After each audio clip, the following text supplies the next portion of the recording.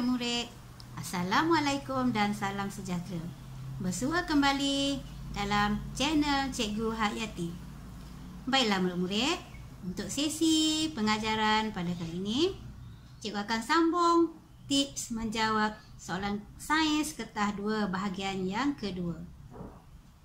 Adakah murid-murid sudah bersedia dengan pensil dan buku catatan? Baiklah murid-murid, kita akan sambung tips menjawab soalan kertas 2 iaitu mengukur dan menggunakan nombor. Iaitu membuat pemerhatian secara kuantitatif dengan menggunakan nombor serta alat berunit piawai atau yang diseragamkan sebagai unit rujukan. Cuba murid-murid perhatikan gambar yang disertakan di sini, iaitu alat penimbang untuk mengukur jisim dalam unit kilogram ataupun gram. Seterusnya ialah bikar. Bikar adalah unit piawai, alat piawai untuk mengukur isi padu dalam unit mililiter atau liter. Seterusnya, termometer. Alatnya ialah termometer untuk mengukur suhu dalam unit darjah Celsius. Dan akhir sekali murid-murid, alat ialah pembaris untuk mengukur panjang atau tinggi dalam unit sentimeter ataupun meter. Cuba murid lihat contoh yang disertakan di sini. Apakah nama alat ini murid-murid? Ya, ini adalah termometer. Baik, cuba jom kita baca ayat yang diberikan. Puan Anita membawa anaknya ke klinik. Doktor mendapati suhu badan anaknya tinggi. Raja di bawah menunjukkan bacaan suhu badan anaknya itu. Nyatakan bacaan suhu badan anak Puan Anita. Baik, murid-murid, tips untuk menjawab soalan ini. Langkah pertama, bulatkan jawapan pada termometer. Okey, setelah itu, setelah dikenal pasti, barulah tuliskan jawapan pada ruangan yang disediakan, iaitu 39 darjah Celsius. Sekiranya tidak diberikan unit, murid-murid hendaklah meletakkan unit di akhir jawapan. Seterusnya, kita lihat kepada KPS yang kelima, iaitu meramal. Apakah yang murid-murid faham tentang meramal? Ya, membuat jawapan awal tentang sesuatu peristiwa berdasarkan pemerhatian dan pengalaman lalu atau berdasarkan data. Jom kita lihat contoh yang diberikan. Raja di bawah menunjukkan sejenis haiwan. Ramalkan keadaan haiwan ini jika kepalanya direndam di dalam air selama 2 minit. Pastikan murid-murid menggariskan kata kunci ramalan, ya, kata kuncinya. Dan jawapan dia? Ya, jawapannya ialah belalang ini masih hidup. Cuba lihat pula soalan ini. Raja menunjukkan seekor haiwan. Sesetengah peniaga kerap menawarkan aksesori yang diperbuat daripada cengkerang haiwan ini. Pada pendapat kamu, adakah tindakan peniaga itu boleh diterima? Jawapannya mesti tidak, ya murid-murid. Berikan alasan kerana haiwan ini akan pupus. Itulah kita punya ramalan saja. Seterusnya kita lihat bagaimana untuk membuat ramalan dengan berdasarkan jadual yang diberikan. Okey, kalau murid-murid perhatikan, jumlah baja dan juga berat buah-buahan, pola dia adalah bertambah. Okey, kenal pasti berapa pertambahan bagi setiap bilangan, setiap peningkatan jumlah tersebut. Contohnya, jumlah baja meningkat daripada 10, 14, 18, 22 hinggalah 38 adalah pada bilangan 444. Begitu juga dengan berat buah-buahan. Kenal pasti berapa pertambahan bagi setiap gram buah-buahan tersebut.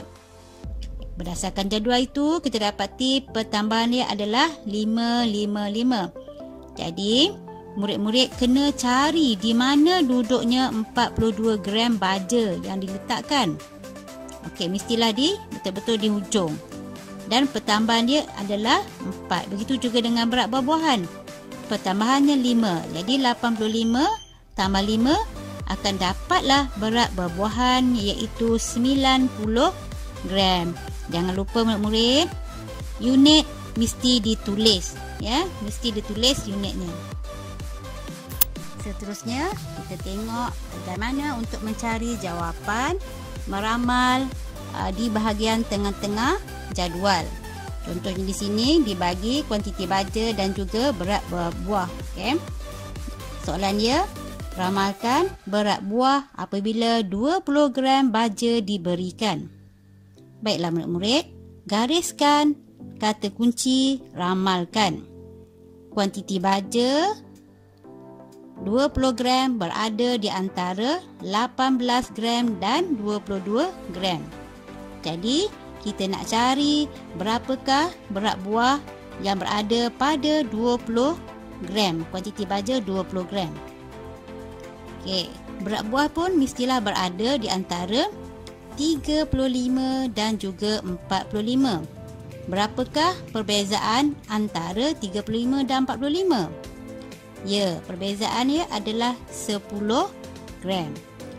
Tips yang pertama yang boleh murid-murid lakukan ialah sama ada murid-murid menambahkan 35 dan 45 menjadikan jawapannya ialah 80.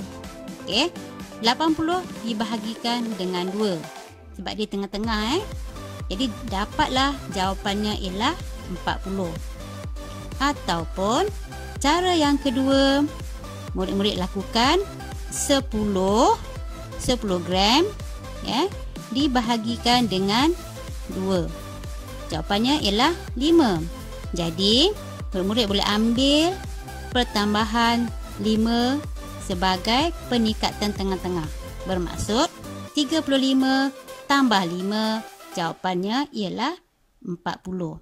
Ataupun 45 ditolak dengan 5, dapatlah 40. Jelas tak murid-murid sekalian?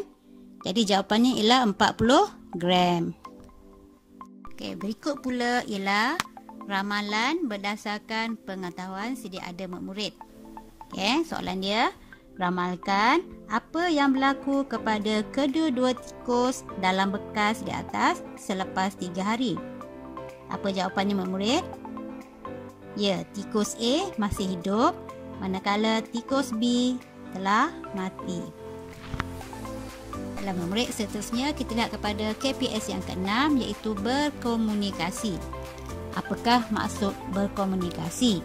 Okay, ini bukan berkomunikasi melalui telefon Okay, di sini ialah menerima, memilih, menyusun dan mempersembahkan maklumat atau idea dalam bentuk tulisan, lisan, jadual, graf, rajah atau model. Itu maksud berkomunikasi. Jom kita tengok contoh yang diberikan. Ini ialah carta palang. Okay.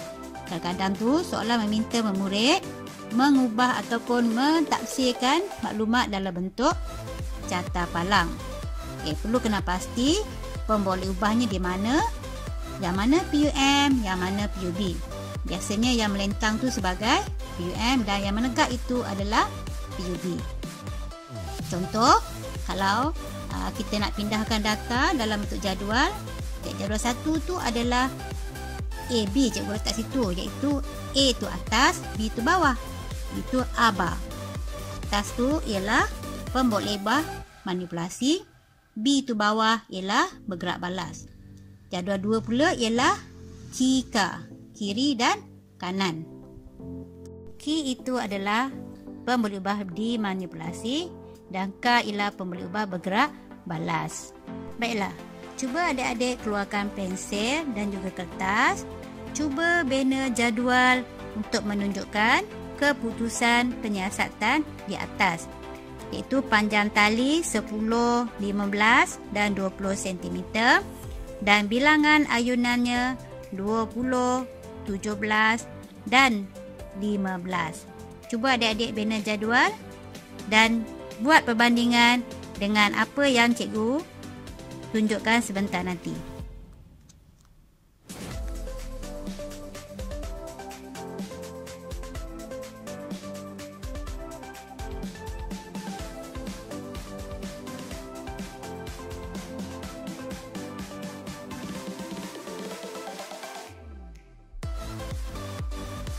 Baik, dapat tak adik-adik? Untuk membina jadual, langkah pertama ialah adik-adik perlu kenal pasti maklumat pembolehubah manipulasi dan juga pembolehubah bergerak balas.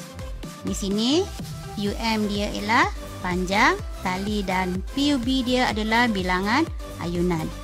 Sudah kenal pasti, barulah adik-adik membina jadual serta memasukkan nilaian ataupun maklumat yang diberikan. Di sini hanya melibatkan 2 kolom sahaja. Okay. Sekejap lagi cikgu berikan tips untuk mendapatkan markah. Okay, jangan ke mana, perhatikan ya.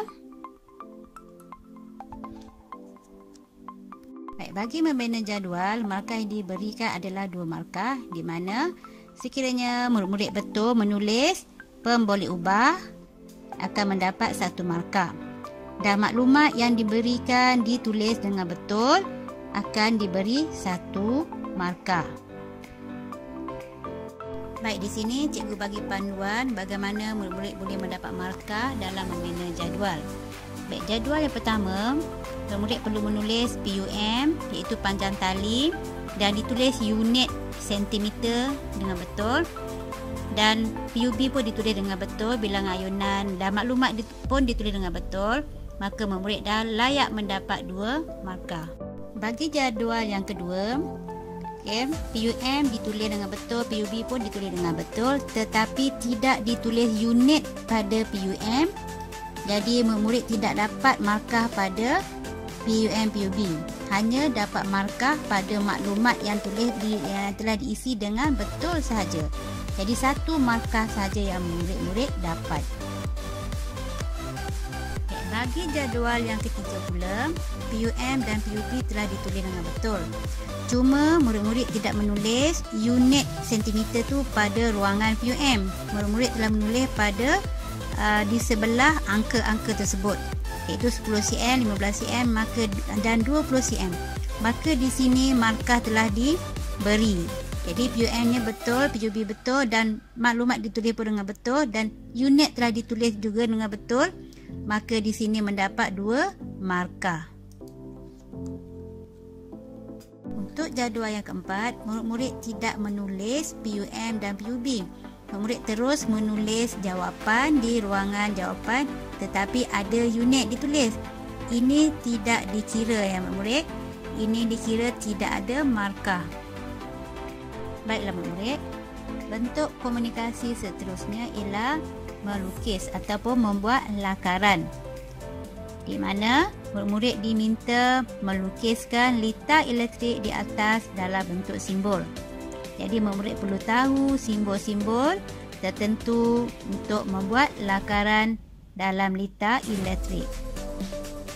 Jika murid dapat melukis litar elektrik dengan betul, maka murid akan mendapat 1 markah. Dan semua komponen yang diberikan yang ada pada rajah juga dilukis dengan betul, murid juga akan mendapat 1 markah.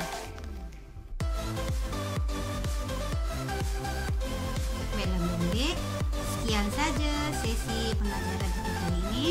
Hingga kita berjumpa lagi di lain video. Sebelum berakhir, jangan lupa tekanlah subscribe